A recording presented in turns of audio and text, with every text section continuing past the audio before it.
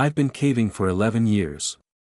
I've belly crawled through passages so tight my ribcage compressed against limestone and I had to exhale completely just to inch forward. I've free climbed wet flowstone in total darkness when my headlamp died. I've spent 42 hours underground during a flood pulse, sitting on a ledge 18 inches above rising water, eating crushed granola bars and negotiating calmly with the part of my brain that wanted to scream. I'm telling you this not to impress you but to establish something important: I do not panic underground. I have a very specific, well-trained relationship with fear, and that relationship has rules. Fear is information. Fear is a signal that says check your gear, check your anchor, check your air. Fear is not an emotion I let make decisions for me. Until Belham. Belham Cave sits in a wrinkle of the Greenbrier Valley in West Virginia, about 9 miles from the nearest paved road. It's not a show cave. There's no gift shop, no concrete walkways, no dramatic lighting. The entrance is a horizontal slit in a limestone bluff face, about 4 feet high and maybe 12 feet wide, half hidden by rhododendron. The local grotto, that's what organized caving clubs call themselves, had mapped roughly 6 miles of passage over 3 decades. The cave is biologically interesting, geologically active, and largely vertical after the first quarter mile. It drops. It drops a lot. The deepest surveyed point at the time of our expedition was 1,847 feet below the entrance, which already made it one of the deepest caves in the eastern United States. We were there to push it deeper. Our team was 4. I was leading, which mostly meant I was the one who'd filed the permits, organized the rigging plan, and had the most vertical experience. Priya Chandrasekaran was our geologist, postdoc at Virginia Tech, studying speleogenesis in the Central Appalachian Karst. She'd been inside Belham 3 times before and had published a paper arguing that the cave's lower passages followed a relic drainage network that could extend significantly beyond the surveyed terminus. She believed there was virgin passage down there. Unexplored. Unnamed. The kind of discovery that makes a career. Marcus Webb was our rigger and safety lead. 41 years old, 14 years underground, 2 kids under the age of 8. Marcus was the kind of caver who checks every knot 3 times and carries 2 of everything. He'd never say he was afraid of anything, but he treated every cave like it was trying to kill him, which is exactly the attitude that keeps you alive. And then there was Derek Solis. 24. 3 years of caving experience. Enthusiastic in a way that made Marcus visibly uncomfortable. Derek was technically skilled, his rope work was clean, his crawling technique was excellent, but he hadn't yet developed the instinct that tells you when a cave is saying no. Some people never develop it. We entered Belham at 6 a.m. on a Thursday in October. The weather was clear, the water table was low, and we had a surface team of 2 monitoring conditions topside with a radio relay at the entrance. Our plan was a 30-hour trip: descend to the surveyed terminus, push into whatever passage existed beyond it, survey what we found, and return. We carried food, water, extra batteries, a first aid kit, and 400 meters of static rope. We were prepared for everything we could imagine. The first 2 hours were routine. The entrance series is mostly horizontal, walking passage, some stooping, a few short crawls. Pretty cave. Clean white limestone, some nice formations. Then the cave tilts and you hit the first of the big pitches. Belham drops through a series of vertical shafts connected by short meanders. You rig a rope, rappel down, de-rig if you're not planning to come back that way, or leave the rope for your return. Rig, descend, repeat. It's physical work. Your shoulders burn, your hands get raw, and the temperature drops steadily. By the time you're 1,000 feet down, it's a constant 49 degrees Fahrenheit and the humidity is total. Every surface is wet. Your breath fogs in your headlamp beam. We reached the surveyed terminus at approximately 3 p.m., 9 hours in, roughly 1,850 feet below the entrance. The terminus was a chamber about the size of a 2-car garage with a low ceiling, the walls streaked with dark manganese deposits. The floor was a mix of breakdown blocks and wet clay. At the far end, a narrow rift dropped away into blackness. This was the lead Priya wanted to push. The previous survey team had noted it, dropped a rock, counted seconds. The rock had fallen for a long time. We ate. We hydrated. We checked gear. Marcus rear-rigged the last pitch with a fresh anchor because he didn't trust the aging bolt the previous team had left. Then we gathered at the edge of the rift and I dropped a chemical light stick into it. It fell, shrinking to a green pinprick, bouncing once off a wall maybe 80 feet down, then continuing to fall. It came to rest what I estimated was another 60 or 70 feet below that. So call it a 150-foot drop, possibly more, and we couldn't see what was at the bottom. "I'll go first," Priya said. She was already threading her descender. I looked at Marcus. He was staring into the rift with an expression I'd seen before, the expression of a man running calculations he doesn't like. "Anchor's solid," he said, which was his way of saying he had no technical objection. His personal objections he kept to himself. Priya went first. I heard her descender singing on the rope, the sound echoing up the rift in strange harmonics. Then silence. Then her voice, small and distorted by the geometry, "Off rope. It's big down here." I went second. The rift was tight at the top, shoulder width, with the rope hanging free in the center, and then it opened into a bell-shaped void. The walls pulled away from me and suddenly I was hanging in open space, spinning slowly, my headlamp beam sweeping across wet limestone that glittered with calcite crystals. Beautiful and terrifying in equal measure. I touched down on a talus slope of broken rock. Priya was standing 15 feet away, her headlamp sweeping back and forth across something I couldn't see from my angle. Derek came down next, then Marcus. We gathered at the base of the drop and took a moment to orient ourselves.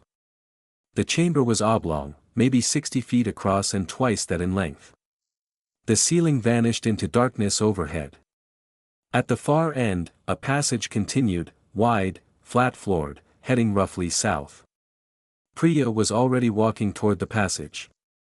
I called after her to wait and she waved me off without turning around, which was typical.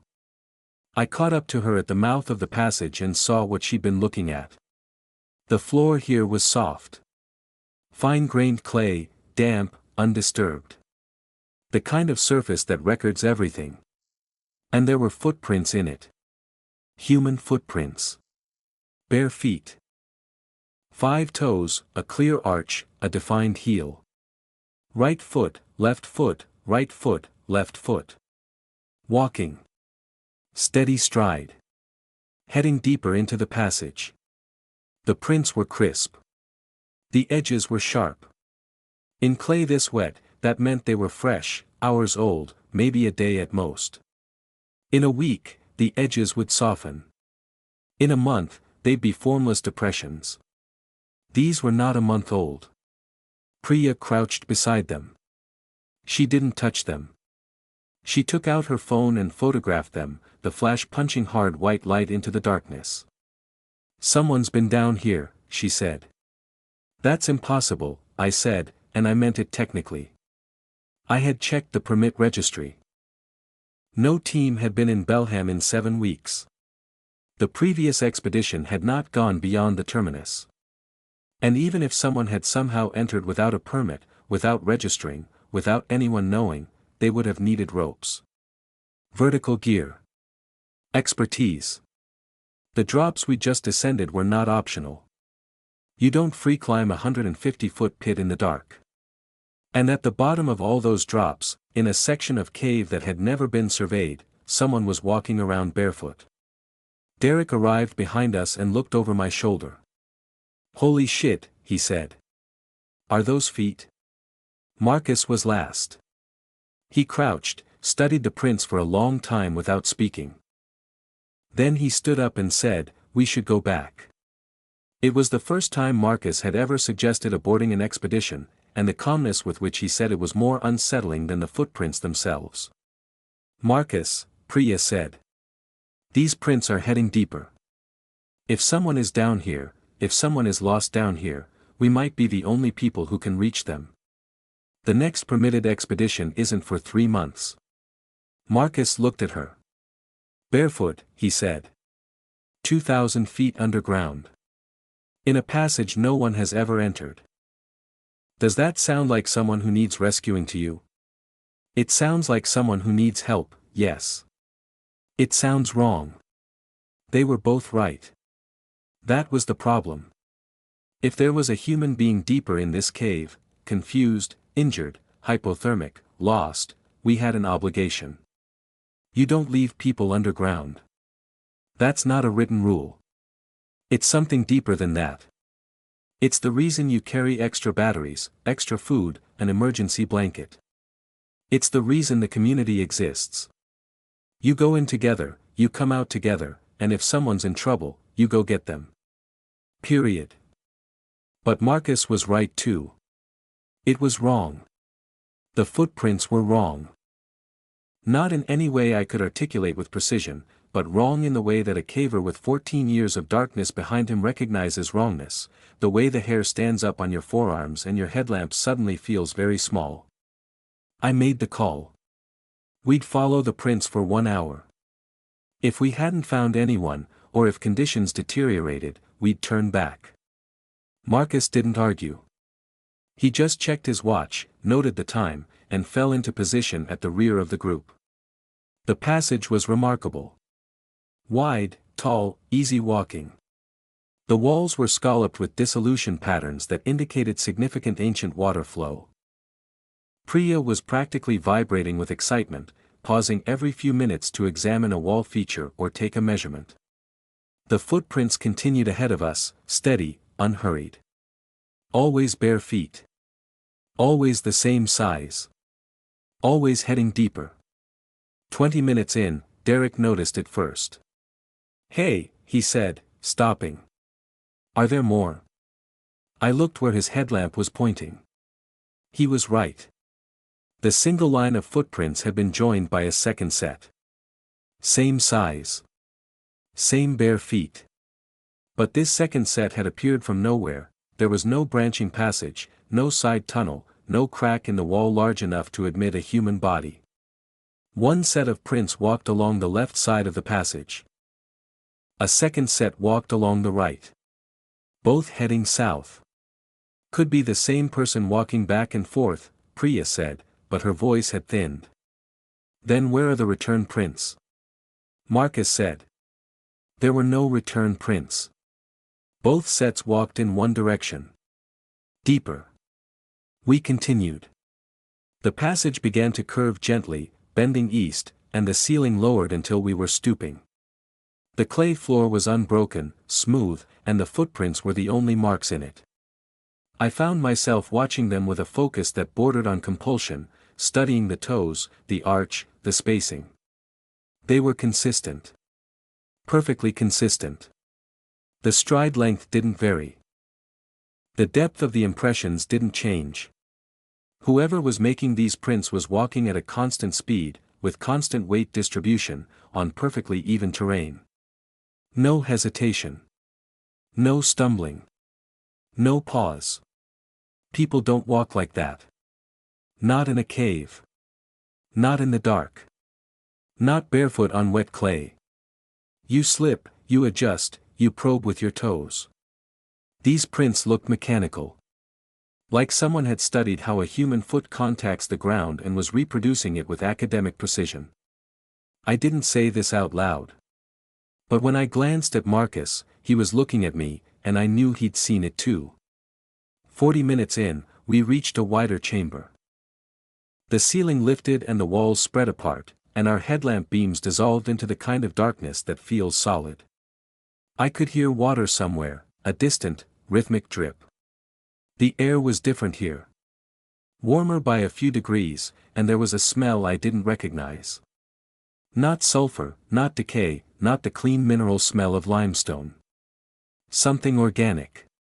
Something faintly sweet, like overripe fruit, but with an undertone that made my throat tighten. The footprints fanned out across the chamber floor. Not two sets now. I counted 7. 8. Possibly more. They overlapped in the center of the chamber, and the clay was churned where multiple feet had walked and walked and walked. Some of the prints were different sizes. Most were bare, but 2 sets at the periphery showed the impression of boot treads. Heavy boots. The kind cavers wear. Priya had stopped talking. She was standing at the edge of the churned area, looking down, and when I approached her I saw why. Near the center, half pressed into the clay, was a carabiner. A black diamond positron. It was clipped to nothing, just lying there, gate closed, in the mud. It was old. The aluminum was oxidized, the gate action stiff. But it was undeniably a piece of caving hardware, and it was in a section of cave that had never been entered by any documented expedition. Someone lost this, Priya said. Someone lost this a long time ago, I said. The oxidation pattern was heavy. Years, not months. But the footprints are fresh. Marcus was at the far end of the chamber. His headlamp was pointed at the wall.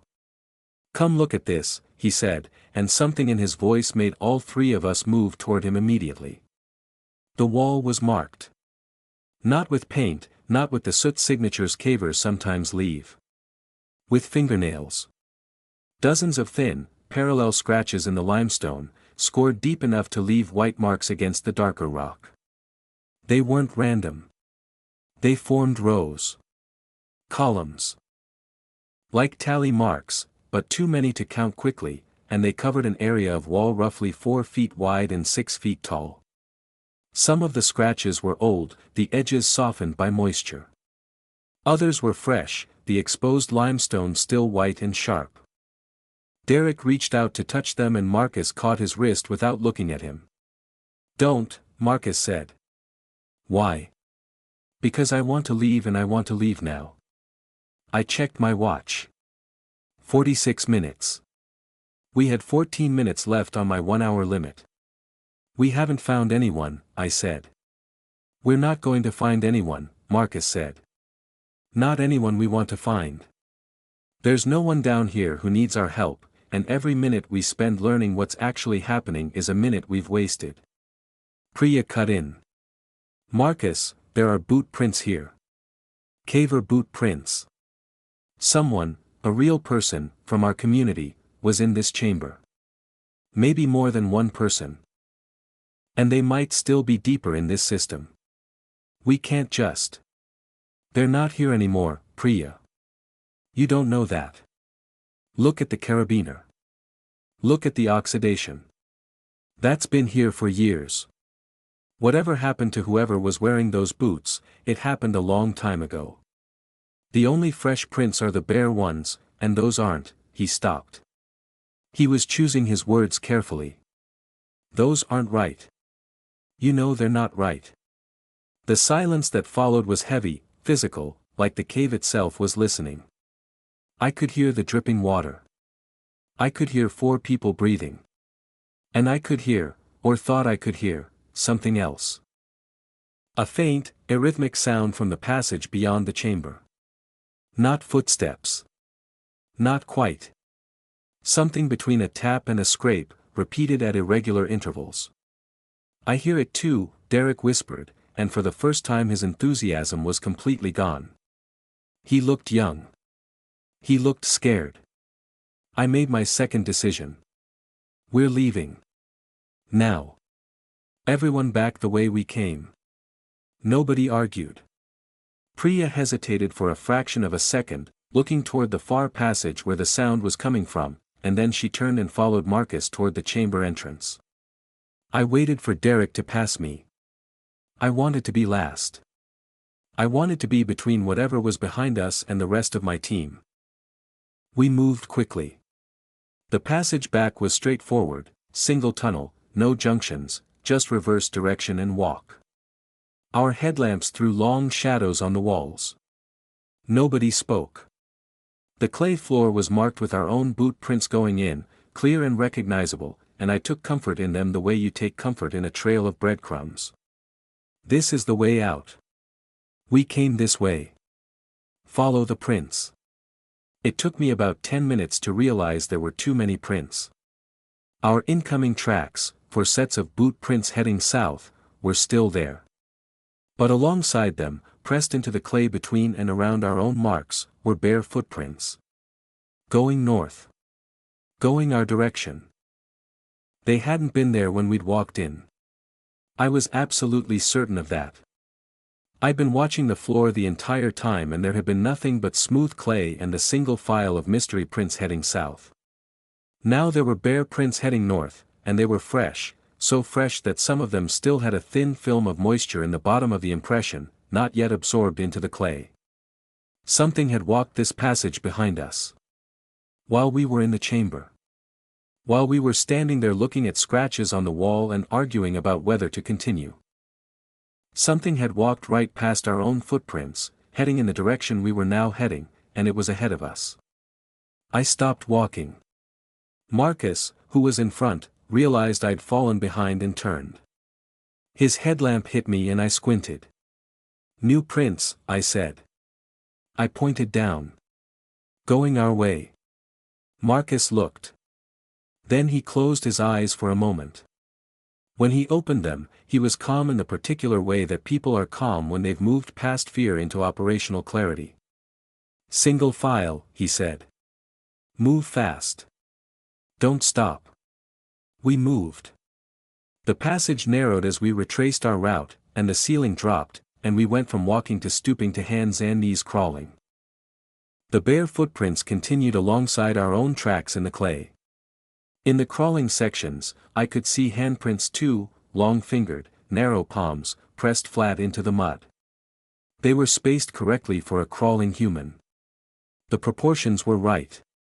Everything about them was right, the way a photograph of a person is right, and somehow that precision was worse than if they'd been clawed or misshapen or wrong in some obvious, monstrous way. Derek was ahead of me. I could see the soles of his boots, the reflective strip on his pack. Then the passage opened up again and we were back in the larger walking section, and everyone stood and stretched and breathed. I did a head count. Marcus, Priya, Derek. All present. All moving. How far to the pit? Marcus asked. 20 minutes, maybe. If we push it. We push it. We pushed it. Nobody suggested stopping to rest. Nobody suggested eating.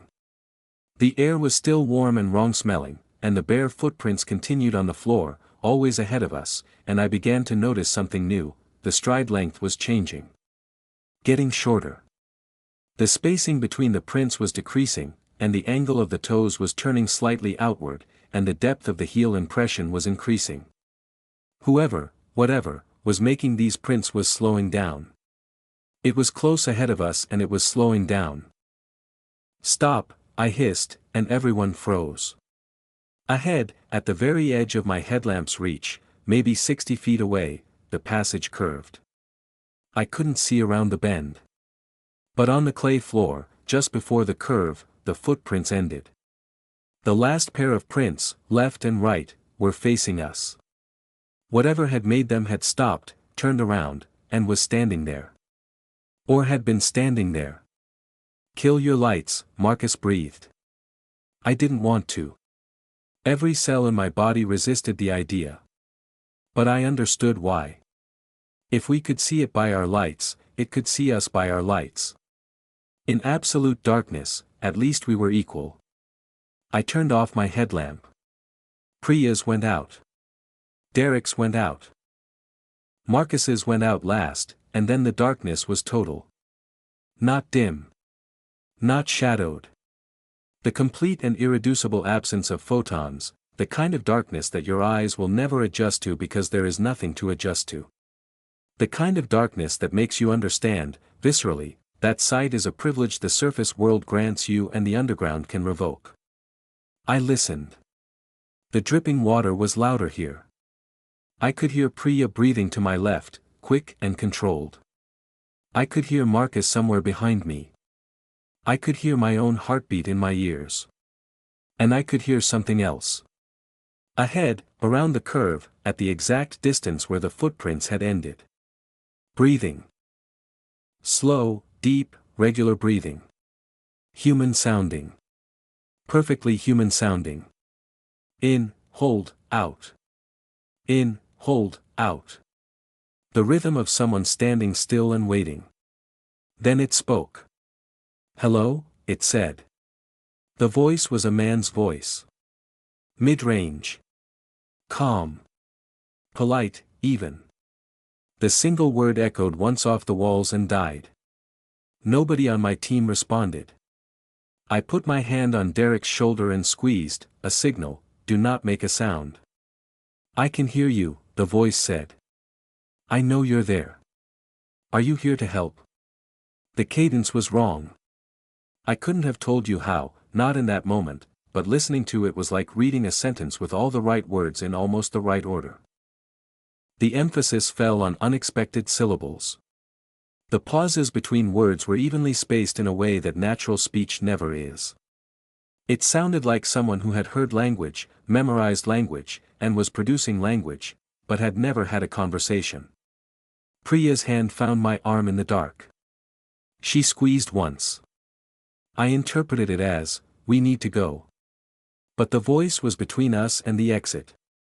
The pit, our rope, our way out, was beyond the curve. There was no other route. We have to pass it, Marcus whispered, his mouth inches from my ear. Lights on, fast, together. Don't stop for anything. I nodded, then realized he couldn't see me nod. Yes, I whispered. On 3. Wait, Derek whispered. What if it's a person? What if someone's actually? On 3, Marcus said again, harder, and that was the end of the discussion. Marcus counted. On 3, 4 headlamps blazed simultaneously, and we moved. I was in the middle with Priya. Marcus took point. Derek was behind me. We rounded the curve at a pace just short of running, our lights swinging wildly across the walls. The passage was empty. No one standing there. No figure, no shape, no shadow. Just the smooth clay floor and, pressed into it, the last pair of barefoot prints, toes pointing toward us, heels toward the pit. And beyond them, heading around the curve and out of sight, fresh prints again. Walking away. Heading for the pit. Heading for our rope. Marcus broke into a run and I ran after him. The passage was tall enough to run in, and we ran hard, our gear clanking, our breath ragged. The distance to the pit was supposed to be 20 minutes of walking. We covered it in something close to 8. When we reached the base of the pit, our rope was still there. It hung from the darkness above, a clean white line against the black rock. Nothing had disturbed it. Nothing visible was in the chamber with us. But the clay floor at the base of the rope was covered in barefoot prints, circling the rope, walking around it in tight loops, like someone pacing, examining it, trying to understand what it was. Climb, Marcus said. Priya first, then Derek, then you. I'll go last. Marcus. I'm the heaviest. The rope's been down here for hours and something's been walking around it. I want the lightest people on it first while it's still trustworthy. Go. Priya was already on the rope, her ascenders biting into the sheath. She climbed fast, faster than I'd ever seen her climb. The rope trembled and swayed and she disappeared into the shaft above. I heard her ascenders clicking, and then a distant, off rope echoing down. Derek went next. He was shaking. I could see it in his hands as he clipped in. But his technique held and he climbed, and the rope went taut and then slack as he reached the top. I clipped in. Marcus stood at the base, his headlamp pointed not at me but out into the passage we'd just run through. Standing guard, watching. I started climbing. The rope was wet, slippery, my ascender struggling for grip. I forced myself to focus on technique. Slide the ascender. Weight the foot loop. Stand. Slide the ascender. Repeat. Don't look down. I looked down. Marcus was still at the base, 50 feet below me. His headlamp was aimed into the passage. And at the very edge of his light, right at the border where visibility dissolved into blackness, something was standing. I couldn't see it clearly. I was too high, the angle was too steep, and Marcus's headlamp was pointed at it from below, throwing strange shadows. But it was bipedal. It was upright. It was approximately human-sized. And it was standing perfectly still, facing Marcus, at the exact distance where the darkness met the light. Like it understood where his headlamp reached and had stopped precisely at the boundary. "Marcus," I called down. My voice cracked. "Marcus, climb." "I see it," he said. His voice was steady. He didn't turn around. "Keep climbing. Get on the rope. Keep climbing. I'll come up when you're off." I climbed. Every instinct I had screamed at me to go faster, and every technical principle I'd ever learned told me that rushing on a rope is how you die. I split the difference and climbed at a controlled pace that felt agonizingly slow. Below me, Marcus stood motionless. The shape in the passage stood motionless. I reached the top. Pulled myself over the lip. Unclipped. Off rope. I yelled down the shaft. I heard Marcus clip in. Heard his ascenders engage. The rope went taut. He was climbing. I knelt at the edge of the shaft and pointed my headlamp down, trying to give him light, but the beam scattered off the walls and I couldn't see the bottom clearly. I could hear him, the click-slide click of ascenders, the scuff of boots on rock. Then a sound from below that I will never forget. Not a roar. Not a scream. A voice, the same voice, the polite man's voice, speaking rapidly, continuously, without pausing for breath, a stream of words that echoed up the shaft in overlapping reverberations until they became unintelligible. I caught fragments. "Help. Here. Stay. Please. Come back." The words were correct but the speed was wrong, the pitch shifting up and down like a radio being tuned, and underneath the words was a sound that was not a voice at all, a low, resonant vibration that I felt in my sternum more than heard with my ears. Marcus climbed faster. I could see his headlamp now, a bouncing point of light ascending toward me. Below him, far below, other lights moved. Not headlamps. Something faintly luminescent, a pale blue-green, like bioluminescence, pulsing at the base of the shaft. More than one source. Moving. Marcus reached the top. I grabbed his harness and hauled him over the lip and he collapsed on the rock, breathing hard. His face was white. His hands were shaking, Marcus, whose hands I had never seen shake. "What was it?" Priya asked. She was pressed against the wall of the chamber, as far from the shaft as she could get. Derek was beside her, his headlamp off, sitting with his knees drawn up. Marcus didn't answer for a long time. When he did, his voice was flat. "I don't know. It looked like a person. It moved like a person. It was trying to talk to me like a person." He paused. "It wasn't a person." "How do you know?" Derek asked. "Because when I started climbing, it stopped pretending." He didn't elaborate, and none of us asked him to. We de-rigged the rope. I wanted to leave it, the irrational, lizard-brained part of me wanted to leave everything and run, but we needed the rope for the shafts above us. We pulled it, coiled it, and began ascending. The next 6 hours were the worst of my life. We climbed pitch after pitch, re-rigging, ascending, pulling rope. The mechanical work was almost soothing, something for the hands and the mind to do, a procedure to follow, a system that worked regardless of what was below us. But between the pitches, in the horizontal sections, the connecting meanders, we had to walk. And in every section with a clay or mud floor, we found footprints. They were everywhere.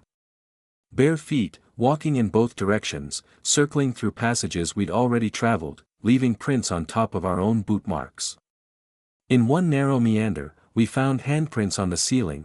The passage was only 3 feet tall, and someone had crawled through it on their back, pressing their palms against the limestone above them. The handprints were the right shape, the right size, but the fingers were spread too wide. Each finger splayed at an angle that a human hand doesn't comfortably achieve. We didn't hear the voice again. We didn't see anything. But the prints were fresh, always fresh, and they were in passages that had been clean and unmarked on our way down. Whatever was making them was moving through the cave on a parallel track, staying close, staying just out of sight, and it was fast.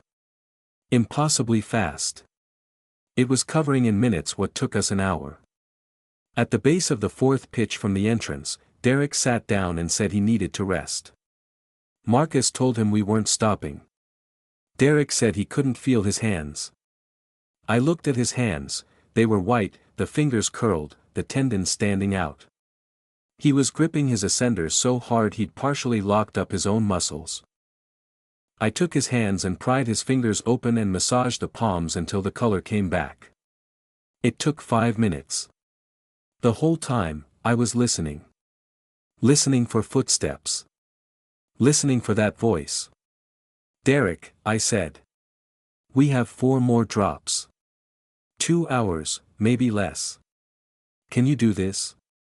He looked at me and I saw something behind his eyes that I recognized, not fear, but the thing that comes after fear when you've been afraid for too long. Resignation. The part of the brain that says, this is too much. I'll let whatever happens happen. Derek, I said again, sharper. Can you do this? Yeah, he said. Yeah. I can do this. He could do it. He did it. We all did it. Pitch by pitch, rope by rope, hand over hand, ascending through the dark toward the surface.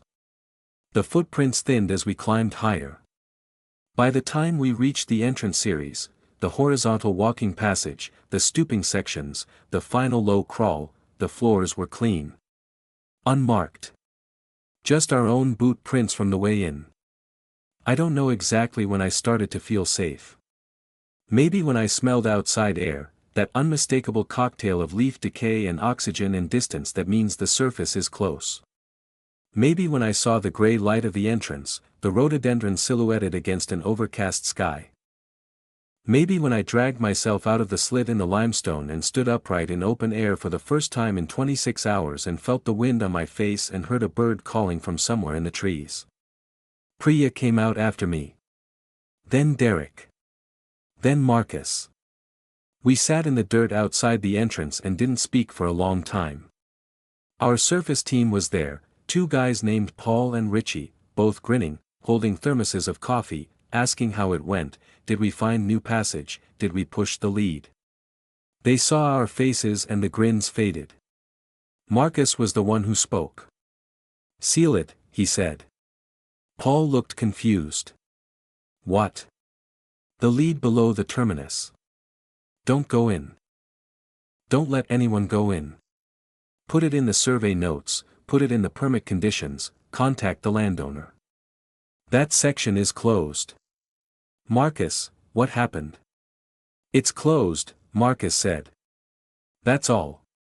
We drove back to the motel in 2 trucks. Priya and I were in my truck. She was quiet for the first 40 minutes, staring out the window at the dark trees sliding past. Then she said, I'm going to write the survey report. New passage extending south-southeast from the terminus. Approximately 1 kilometer of virgin passage, biologically and geologically significant. And I'm going to recommend permanent closure due to, she paused. Due to unstable geological conditions. Risk of collapse. That's a lie, I said. What would you like me to write instead? That something lives 2,000 feet below the surface and it's learning how to be human? I didn't answer. Unstable geological conditions, she said again. Risk of collapse. That keeps people out. That's what matters. I agreed. In the report, we documented the new passage. We noted the formations, the hydrology, the dimensions. We recommended closure. The landowner agreed. The entrance to the lower section was gated, a steel grate bolted into the limestone at the top of the rift, padlocked, with a sign that reads danger, unstable passage. Do not enter. It's been there for 2 years now. I haven't been back to Belham. I haven't been underground at all since that trip. 11 years of caving and I stopped cold. I sold my vertical gear. I let my grotto membership lapse. Marcus did the same. Priya still caves, but she's never returned to Belham and, as far as I know, she never will. Derek quit caving and moved to Denver. He doesn't return my calls.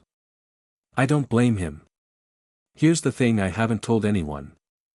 The thing that made me write this instead of letting it stay buried. 2 weeks after the expedition, I was home. My apartment, 3rd floor, ordinary building in an ordinary part of Blacksburg, Virginia. I came home from work, unlocked my door, walked into my kitchen to make coffee. The kitchen floor is tile, cheap white tile, builder grade, the kind that shows everything. There were footprints on the tile. Bare feet. Damp. Starting at the kitchen window, which was closed and locked, crossing the floor to the hallway, then down the hallway to my bedroom door. Then stopping. I stood there in my kitchen for a long time. I did not follow the footprints. I did not open my bedroom door. I turned around, walked out of my apartment, got in my truck, and drove to Marcus's house 40 minutes away. I stayed on his couch for 3 days. When I went back to my apartment, the footprints were gone. The tile was dry and clean. My bedroom was empty. Nothing was disturbed. But the window, the kitchen window, the one that had been closed and locked, was open. Just a crack. Maybe an inch. And on the windowsill, on the outside, in the thin layer of pollen and grime that accumulates on 3rd floor window ledges, there were finger marks. 4 long fingers and a thumb, pressed flat against the surface, gripping the frame. The fingers were spread too wide. I closed the window. I locked it. I moved out the following month. That was 2 years ago. I live in a different city now. New apartment, 1st floor this time, no reason, just preference. I sleep fine. I work fine. I don't think about Belham during the day.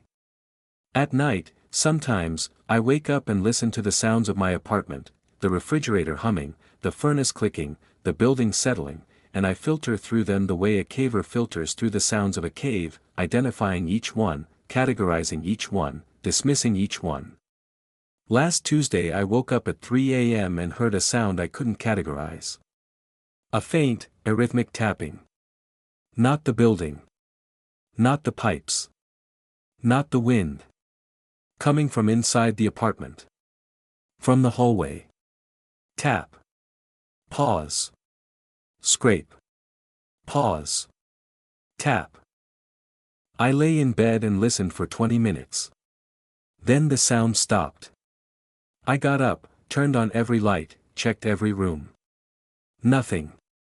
No marks, no prints, no open windows.